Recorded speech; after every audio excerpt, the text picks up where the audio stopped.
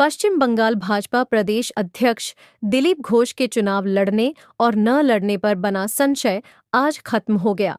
दिलीप घोष ने आज साफ कर दिया कि वह इस बार चुनाव नहीं लड़ रहे हैं। हालांकि इससे पहले अटकलें लगाई जा रही थी कि दिलीप घोष को मिदनापुर में किसी सीट से खड़ा किया जा सकता है। हालांकि चुनाव शुरू होने से पहले बीजेपी ने तय किया था कि दिलीप घोष चुनाव नहीं लड़ेंगे, लेकिन चुनाव की तारीखों के ऐलान के बाद से ही अटकलें लगनी शुरू हुई कि दिलीप घोष को मिदनापुर से खड़ा किया जा सकता है। इसके बाद जब बीजेपी ने अपनी दूसरी लिस्ट में बाबुल सुप्रियो, लॉकेट चटर्जी, स्वप्न दास गुप्ता और निशीथ प्रामाणिक को उतारा, फिर चर्चा तेज हो गई। इसी बीच कोलकाता समेत कई जिलों में बीजेपी की अंतर्कलह सामने आने लगी। टीएमसी से बीजेपी में आए नेताओं के खिलाफ पुराने बीजेपी कार्यकर्ताओं ने खुलकर असंतोष जाहिर करना शुरू किया। इसके अलावा हाल के दिनों में प्रधानमंत्री नरेंद्र मोदी की सभा के अलावा अगर किसी की सभा में भीड़ हो रही है तो वह दिलीप घोष हैं। पार्टी का मानना है कि दिलीप घोष समूचे बंगाल में सभाएं कर भीड़ खींचने में सक्षम है। ऐसे में दिलीप घोष को बंगाल चुनाव में स्टार प्रचारक के तौर पर ही बीजेपी इस्तेमाल करना चाहती है। पार्टी का मानना है कि दिलीप घोष को अगर चुनाव लड़वाया जाएगा तो उन्हें बाकी बंगाल में इस्तेमाल नहीं किया जा सकता। साथ ही पार्टी मानती है कि बीजेपी में पनपे अंतर्कलह से निपटने के लिए भी दिलीप घोष ही सही व्यक्ति हैं। इन्हीं दो वजहों की वजह से दिलीप घोष को चुनाव में नहीं खड़ा करने का फैसला पार्टी ने लिया है। हालांकि बीजेपी अभी कई सांसदों को विधानसभा चुनाव के मैदान में उतारने का प्लान बना रही है। भाजपा के राष्ट्रीय उपाध्यक्ष दिलीप घोष ने मंगलवार को अफगानिस्तान में हाल के घटनाक्रम को बांग्लादेश में हिंदुओं पर हमले से जोड़ा है।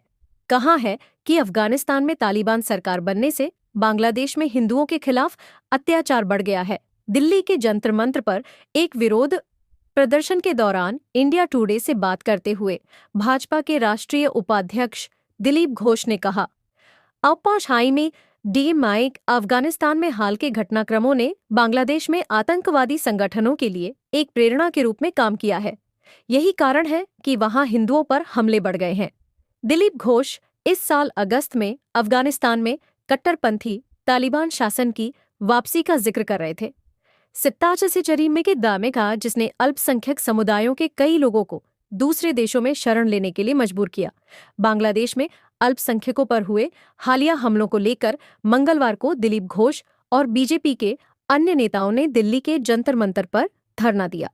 बंगाली हिंदू बचाओ समिति के बैनर तले आयोजित विरोध प्रदर्शन में भाजपा की राष्ट्रीय कार्यकारी समिति के सदस्य अनिर्बान गांगुली की धरनास्थल पर मौजूद रहे। अनिर्बान गांगुली ने कहा, बांग्लादेश में हिंदू समुदाय पर बार बार हमला हो रहा है। एक घटना शांत हो जाती है और दूसरी घटित हो जाती है। ऐसे में बांग्लादेश सरकार को इस बारे में कुछ करना चाहिए, क्योंकि हिंदुओं ने भी बांग्लादेश की आज़ादी के लिए अपने प्राणों की आहुति दी है, इसलिए उनकी भी रक्षा की जानी चाहिए। दिलीप घोष ने अपने मुखपत्र जागो बांग्ला में एक संपादकीय के लिए तृणमूल कांग्रेस को भी आड़े हाथों लिया है, जिसमें टीएमसी ने बांग्लादेशी हिंदुओं पर हमलों पर चुप्पी बनाए रखने के लिए प्रधानमंत्री नरेंद्र मोदी की आलोचना की और भाजपा पर राजनीतिक लाभ हासिल करने की कोशिश करने का आरोप लगाया। इस संदर्भ में दिलीप घोष ने टीएमसी से ही सवाल किया, घटना बांग्लादेश में हुई, हम इसकी साजिश कैसे कर सकते हैं? त्रिपुरा और असम जाने वाले बंगालियों की जिम्मेदारी लेने वाली टीएमसी को बांग्लादेश की जनता के साथ खड़ा होना चाहिए। उन्होंने बांग्लादेश में अल्पसंख्यकों की सुरक्षा के लिए अपील क्यों नहीं की?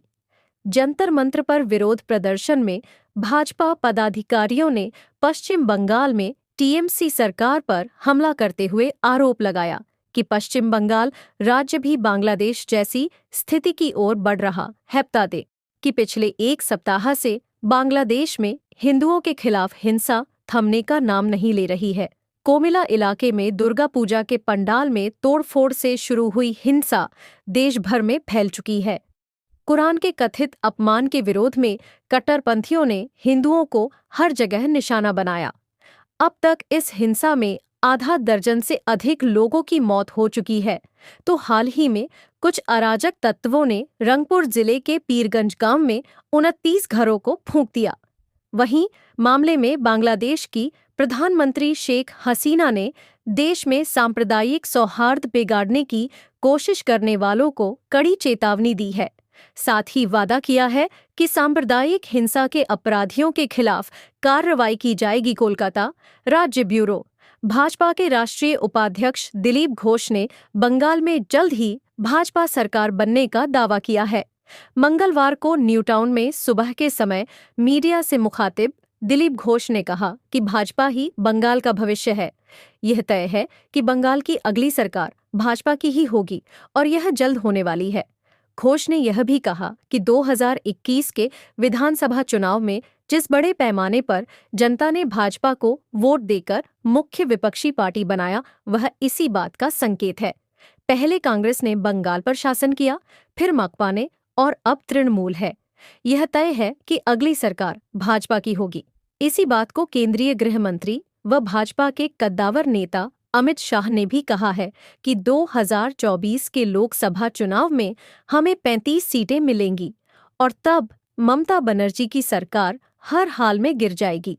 उन्होंने दावा किया कि लोकसभा चुनाव में हर हाल में पार्टी को 35 सीटें मिलेंगी, क्योंकि जैसे 2019 में 18 सीटें जीतने के बाद ममत भारतीय जनता पार्टी के राष्ट्रीय उपाध्यक्ष दिलीप घोष ने रविवार को कहा कि वरिष्ठ नेताओं का एक वर्ग जो अतीत में जिम्मेदारियों से भाग चुके हैं, वे हाल में हुए निकाय चुनाव में पार्टी के खराब प्रदर्शन के लिए राज्य के नेतृत्व पर दोषारोपण कर रहे हैं।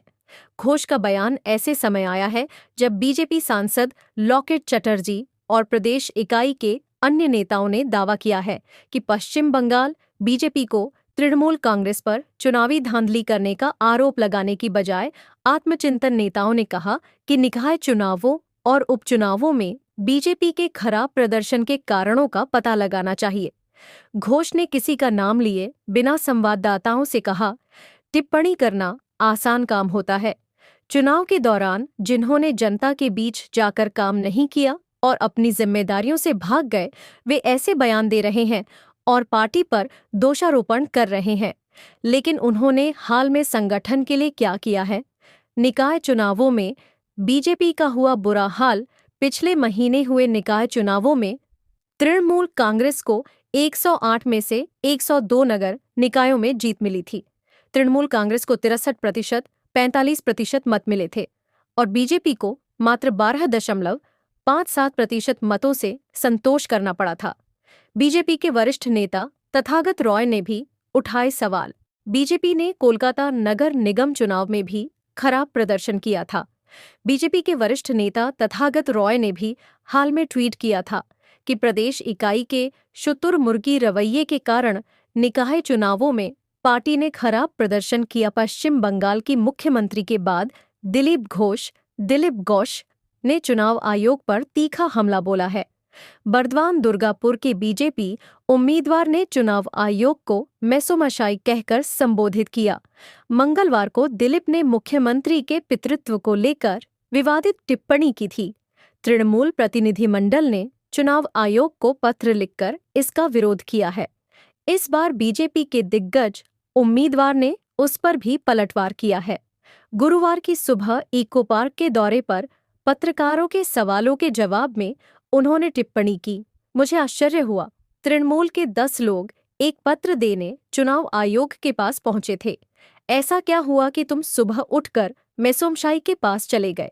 ममता बनर्जी के बारे में टिप्पणी करने के बाद तृणमूल की शिकायत के आधार पर चुनाव आयोग ने दिलीप घोष को फटकार लगाई है। इस बारे में पूछे जाने पर दिलीप घोष ने कहा, यह एक नियमित मामला है, मेरे वकील देख रहे हैं, पत्र तैयार है, हम इसे आयोग को भेजेंगे।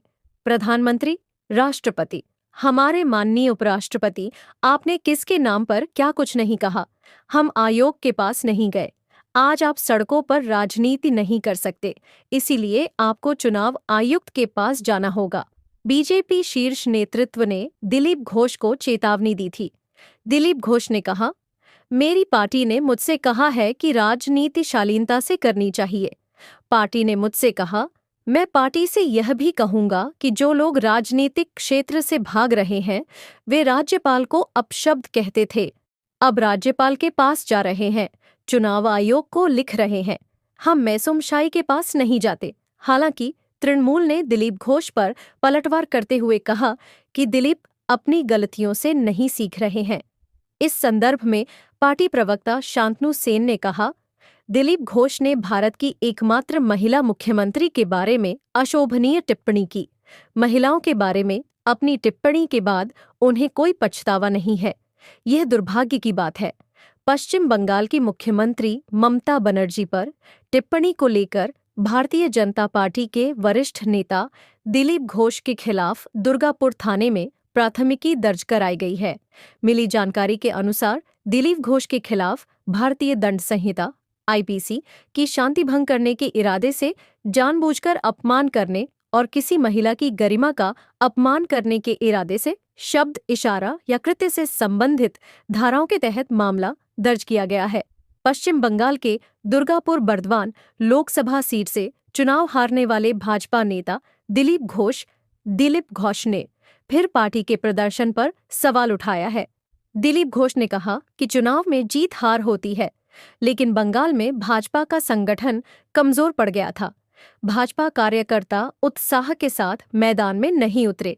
मेदिनीपुर से हटाकर दुर्गापुर बर्दवान में उम्मीदवार बनाने को लेकर पूछे जाने पर उन्होंने कहा कि मेदिनीपुर में बूथ स्तर पर उन्होंने मजबूत संगठन तैयार किया था। उन्होंने कई काम भी किए थे। संसद कोष से काफी राशि इलाके में खर्च की थी। लोग काफी खुश भी थे। सभी दल के लोग मेरे पक्ष में थे।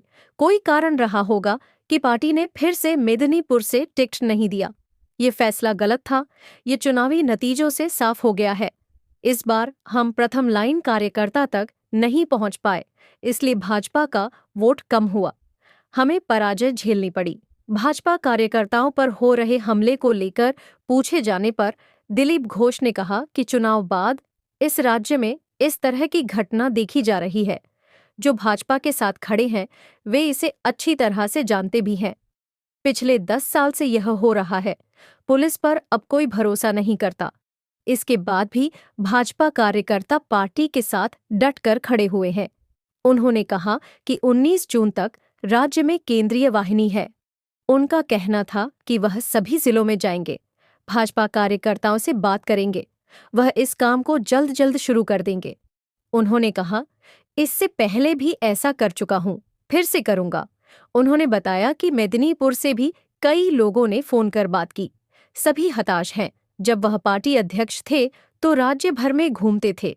पार्टी हमें फिर से दायित्व दे या न दे, लेकिन मेरी भूमिका नहीं बदलेगी। भारतीय जनता पार्टी (बीजेपी) ने कहा है